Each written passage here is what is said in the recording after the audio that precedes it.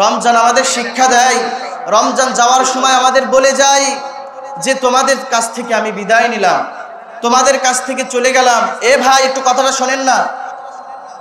রমজান আমাদের বলে তোমাদের কাছ থেকে বিদায় নিলাম, চলে যাচ্ছি, তবে তোমরা তোমাদের ইমানের যত্ন নিও। ইমানের কি করো?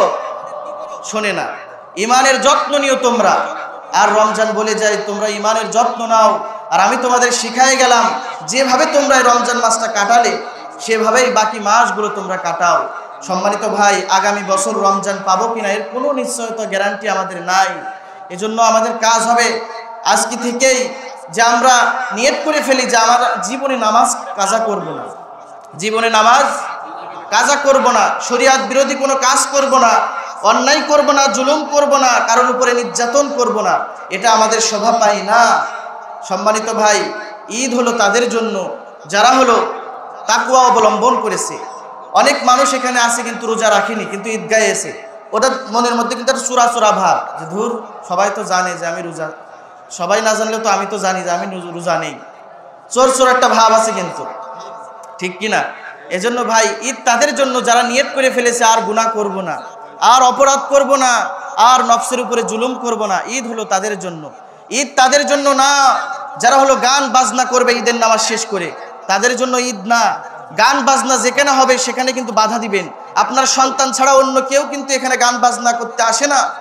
এরাই কিন্তু ট্যুরে যায়, গাড়ি ভাড়া করে, বক্স সেট ভাড়া করে কিন্তু এখানে ওখানে যায়। আপনি নিষেধ করবেন, আপনি বাবা, আপনার দায়িত্ব এটা, ইমাম সাহেবের দায়িত্ব এটা না। আপনি বাধা দেন না কেন আপনার সন্তানকে? শরিয়াত বিরোধী কাজ করলে আপনি সবার আগে বাধা দিবেন আপনার সন্তানকে, আপনি নিষেধ করেন, ইমাম সাহেব কেন বলতে যাবে? এজন্য সম্মানিত ভাই, শরিয়া অনুযায়ী আমরা আমল করব এবং আনন্দ করব। আনন্দ করাকে, রমজান যে আমরা হারিয়েছি এটার কিন্তু কষ্ট আছে। একটা মুমিনের জন্য রমজান হারানোর একটা কষ্ট, রমজান চলে যাওয়া, বিদায় দেওয়ার একটা কষ্ট। ঈদের কোনো আনন্দ নেই মুমিনদের মধ্যে, ঈদের আনন্দ নেই। অথচ ঈদ কিন্তু মুমিনদের জন্য। ঈদ কাদের জন্য? মুমিনদের। অথচ ঈদে কোনো আনন্দ মুমিনদের নাই। বরং রমজান যে তারা শেষ করলো, রমজানকে বিদায় দিল, সবচেয়ে বেশি কষ্ট মুমিনরা কালকে পেয়েছে, গতকালকে, ঠিক কিনা? ইবাদতে আমরা সব কাজে পিছে। এখানে যদি একটা গানের কথা হইতো, আপনারা নাকি মেলা করেন, আমি তো আর জানি না, শুনলাম নাকি আপনাদের এখানে মেলা হয়। আমি তো ঈদের নামাজ পড়ায় বাড়িতে চলে যাই। তো পরে শোনার পরে খুব কষ্ট পেলাম যে এত বড় ঈদগাহ, প্রতিবাদ করার জন্য কোনো মানুষ নাই। নামাজ, রোজা, তাসবিহ, তাহলিলের মধ্যেই কি আপনারা ইবাদত করে জান্নাত কামাই করতে চান? সমাজের মধ্যে যদি কোনো উল্টো কোনো কাজ হয়, শরিয়াত বিরোধী কোনো কাজ হয়, তাহলে আপনি মুমিন, যদি আপনি দাবি করেন আপনি মুসলিম, তাহলে আপনার বাধা দেওয়ার দায়িত্ব আছে না নাই? আর যারা বাধা না দেয় এরা হলো বোবা শয়তান। এরা কি? এরা মুনাফিক। এদের স্থান কোথায়? ইন্নাল মুনাফিকিনা ফিদ দারকিল আসফালি মিনান নার ওয়া লান তাজিদা লাহুম নাসীরা। এদের স্থান হবে জাহান্নামের অতল তলে। অতল তলে কাফের যাবে না, অতল তলে যাবে মুসলমানদের মধ্যে যারা মুনাফিক, যারা চুপ থাকে, সবকিছু বোঝা সত্ত্বেও তারা চুপ থাকে, মানুষের সাথে সম্মতি দেয়, এর কাছে এটা সম্মতি দেয়, ওর কাছে ওইটা সম্মতি দেয়। আর আল্লাহ রাসূল হাদিসে বলছেন, মান রাআ মিনকুম মুনকারান ফালইউগাইয়িরহু বিয়াদিহি ফাইন লাম ইয়াস্তাতি' ফাবিলিসানিহি ফাইন লাম ইয়াস্তাতি' ফাবিকলবিহি ওয়া যালিকা আযআফুল ঈমান। তোমার সামনে যদি মন্দ কাজ হতে দেখো, কি করো? মন্দ কাজ হতে যদি দেখো, তাহলে তোমার যদি শক্তি থাকে হাত দ্বারা প্রতিবাদ করে ওইটা ধূলিসাৎ করে দাও। আর যদি শক্তি না থাকে জবান দিয়ে বলো। সেইটা যদি না পারো অন্তরে অতটুকু ঘৃণা করতে পারো। কিন্তু আমাদের সমাজের অনেক রোজাদার আছে, শুধু রমজান আলী নাম দিয়ে রমজান মাসে শুধু ইবাদত করে, মাগার অন্য দিন তাদের কোনো খোঁজ খবর থাকে না। এরা প্রতিবাদ মিছিল মিটিং করে না, মনে করে তসবিহ, তাহলিল, জায়নামাজ আর নামাজের মধ্যে ইসলাম তালাশ করে। আসে না নাই? এরা কশিন কালেও কি জান্নাত পাবে? হাদিস অনুযায়ী কি জান্নাত পাবে? কথা বলে না কেন? এজন্য সামনে যদি কোনো প্রতিবাদ করতে হয়, যদি কোনো অন্যায় বিরোধী কাজ হয়, শরিয়াত বিরোধী কোনো কাজ হয়, তখন আপনার আমার কাজ হবে সবার আগে ঝাঁপিয়ে পড়ে ওইটা বন্ধ করে দেওয়া। যারা বন্ধ না করবে এরা হলো শয়তান। এরা কি? এর মধ্যে কোনো শরিয়াত নিয়ে কোনো স্যাক্রিফাইস নাই, শরিয়াত নিয়ে কোনো স্যাক্রিফাইস নাই, আল্লাহ এবং রাসূলকে নিয়ে কোনো স্যাক্রিফাইস করা যাবে না, কোনো আদাওয়াত করা যাবে না, এদের সাথে কোনো মিলা যাবে না। যেটা সত্য সত্য বলতে হবে, মিথ্যা মিথ্যা বলতে হবে, হক বাতিল আলাদা করতে হবে। কথা বলেন ঠিক কিনা? সম্মানিত ভাই, ঈদের নামাজে তো আসলাম, এ কথা বলেই শেষ করে দেব। কিন্তু আমরা কি ওক্তীয় নামাজ পড়ার নিয়ত আমাদের আছে তো ঠিকঠাকভাবে? বৈষ্ণব হাফিজ এক কবি, বিরাট বুজুর্গ মানুষ, তিনার কাছে প্রশ্ন করা হয়েছে, আন্না কওমান ইয়াতাআব্বাদুনা ফি রমাদান ওয়া ইয়াস্তাহিদুনা ফি আ'মাল। হযরত, কিছু সংখ্যক মানুষ এমন আছে পৃথিবীতে, অনেক মুসলমান এমন আছে যে তারা শুধু রমজান মাসেই ইবাদত করে, রমজান মাসে টুপি পড়ে, রমজান মাসে জিকির আজকার করে, রমজানে এমন ভাবে চলে মনে হয় জান্নাত থেকে পালিয়ে এসেছে, আল্লাহ তাআলাকে চিনে। তারা হলো রমজান মাসে কি করে? আল্লাহকে চিনে, বাকি মাসে তারা আল্লাহকে চিনে না। কিছু মানুষ দেখবেন রমজান মাসে তারাবির নামাজটাও ছাড়ে না, সবার আগে যাই নামাজ নিয়ে হাজির হয়ে যায়, অথচ রমজানের বাহিরে বান্দা ফরজ নামাজ ওক্তীয় নামাজটাও পড়ে না। আছে না নাই? পড়ে না। কি ফায়দা হবে বলেন, কি ফায়দা হবে?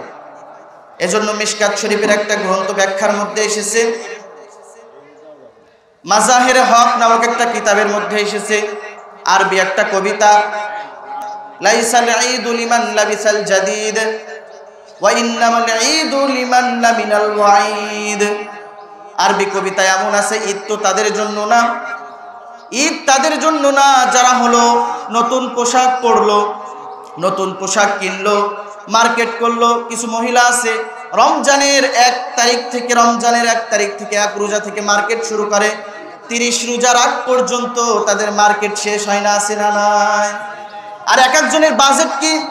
সাংবাদিকরা যখন তাদের কাছে মাইক ধরে বলেন যে বলেন বলেন আপনার বাজেট কত, বলে লাখ লাখ টাকা বাজেট, একটা কাপড় কিনে, একটা 3 পিস কিনে 30,000 টাকা দাম। অথচ কত রোজাদার আছে তারা ইফতারি করতে পারে না, মুড়ি আর চিড়ে ভিজাই ভিজাই ইফতারি করা। আছে না নাই? আপনার দরকার ছিল আপনি তাদেরকে সাহায্য করবেন, দান করবেন। রমজান আমাদের শিক্ষা দেয়, রমজান যাওয়ার সময় আমাদের বলে যায় যে তোমাদের কাছ থেকে আমি বিদায় নিলাম, তোমাদের কাছ থেকে চলে গেলাম। এ ভাই, একটু কথাটা শোনেন না। রমজান আমাদের বলে তোমাদের কাছ থেকে বিদায় নিলাম, চলে যাচ্ছি, তবে তোমরা তোমাদের ইমানের যত্ন নিও। ইমানের কি করো? শোনে না, ইমানের যত্ন নিও তোমরা। আর রমজান বলে যায় তোমরা ইমানের যত্ন নাও, আর আমি তোমাদের শিখাই গেলাম যেভাবে তোমরা রমজান মাসটা কাটালে সেভাবেই বাকি মাসগুলো তোমরা কাটাও। সম্মানিত ভাই, আগামী বছর রমজান পাবো কিনা এর কোনো নিশ্চয়তা গ্যারান্টি আমাদের নাই। এজন্য আমাদের কাজ হবে আজকে থেকেই যে আমরা নিয়ত করে ফেলি যে আমার জীবনে নামাজ কাজা করব না, জীবনে নামাজ কাজা করব না, শরিয়াত বিরোধী কোনো কাজ করব না, অন্যায় করব না, জুলুম করব না, কারোর উপরে নির্যাতন করব না। এটা আমাদের শোভা পায় না। সম্মানিত ভাই, ঈদ হলো তাদের জন্য যারা হলো তাকওয়া অবলম্বন করেছে। অনেক মানুষ এখানে আছে কিন্তু রোজা রাখেনি, কিন্তু ঈদগাহে এসে ওটা মনের মধ্যে কিন্তু একটা চোরা চোরা ভাব যে ধুর, সবাই তো জানে যে আমি রোজা, সবাই না জানলেও তো আমি তো জানি যে আমি রোজা নেই। চোর চোর একটা ভাব আছে কিন্তু, ঠিক কিনা? এজন্য ভাই, ঈদ তাদের জন্য যারা নিয়ত করে ফেলেছে আর গুনাহ করব না, আর অপরাধ করব না, আর নফসের উপরে জুলুম করব না। ঈদ হলো তাদের জন্য। ঈদ তাদের জন্য না যারা হলো গান বাজনা করবে ঈদের নামাজ শেষ করে, তাদের জন্য ঈদ না। গান বাজনা যেখানে হবে সেখানে কিন্তু বাধা দিবেন। আপনার সন্তান ছাড়া অন্য কেউ কিন্তু এখানে গান বাজনা করতে আসে না। এরাই কিন্তু ট্যুরে যায়, গাড়ি ভাড়া করে, বক্স সেট ভাড়া করে কিন্তু এখানে ওখানে যায়। আপনি নিষেধ করবেন, আপনি বাবা, আপনার দায়িত্ব এটা, ইমাম সাহেবের দায়িত্ব এটা না। আপনি বাধা দেন না কেন আপনার সন্তানকে? শরিয়াত বিরোধী কাজ করলে আপনি সবার আগে বাধা দিবেন আপনার সন্তানকে, আপনি নিষেধ করেন, ইমাম সাহেব কেন বলতে যাবে? এজন্য সম্মানিত ভাই, শরিয়া অনুযায়ী আমরা আমল করব এবং আনন্দ করব। আনন্দ করাকে, রমজান যে আমরা হারিয়েছি এটার কিন্তু কষ্ট আছে। একটা মুমিনের জন্য রমজান হারানোর একটা কষ্ট, রমজান চলে যাওয়া, বিদায় দেওয়ার একটা কষ্ট। ঈদের কোনো আনন্দ নেই মুমিনদের মধ্যে, ঈদের আনন্দ নেই। অথচ ঈদ কিন্তু মুমিনদের জন্য। ঈদ কাদের জন্য? মুমিনদের। অথচ ঈদে কোনো আনন্দ মুমিনদের নাই, বরং রমজান যে তারা শেষ করলো, রমজানকে বিদায় দিল, সবচেয়ে বেশি কষ্ট মুমিনরা কালকে পেয়েছে, গতকালকে, ঠিক কিনা?